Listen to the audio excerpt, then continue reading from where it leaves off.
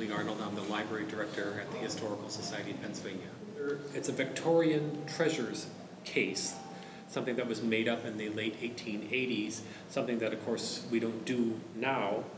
And it's the original case. It's tattered, but someone carefully made it up. And it's basically a shrine to George Washington.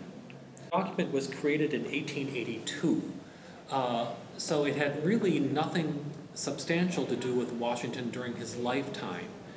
But it really tells us about how Washington was revered almost 100 years after he had passed. And in this case, there are three things that make up this component.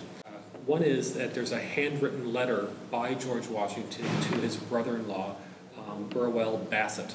You'll find that the text of the letter and the signature are both in Washington's hand. The last thing that we have here, which is perhaps the most interesting, is they actually have a lock of George Washington's hair.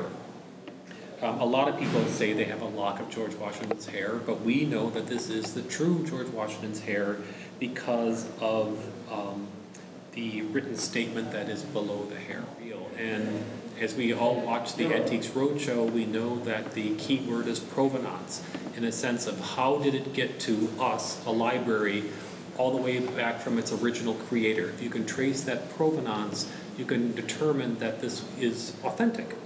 And right here underneath the locket of hair, it says, presented by John Paree, son of Martin Paree, Washington's hairdresser in 1781, to my relative, the late Anthony Buckley, Philadelphia, 1882, and it's signed by Howard Edwards. So this man, Mr. Edwards, who created this case, traces it back from his relative to the son of Washington's hairdresser to the hairdresser himself, who snipped it off of George Washington's head in 1780.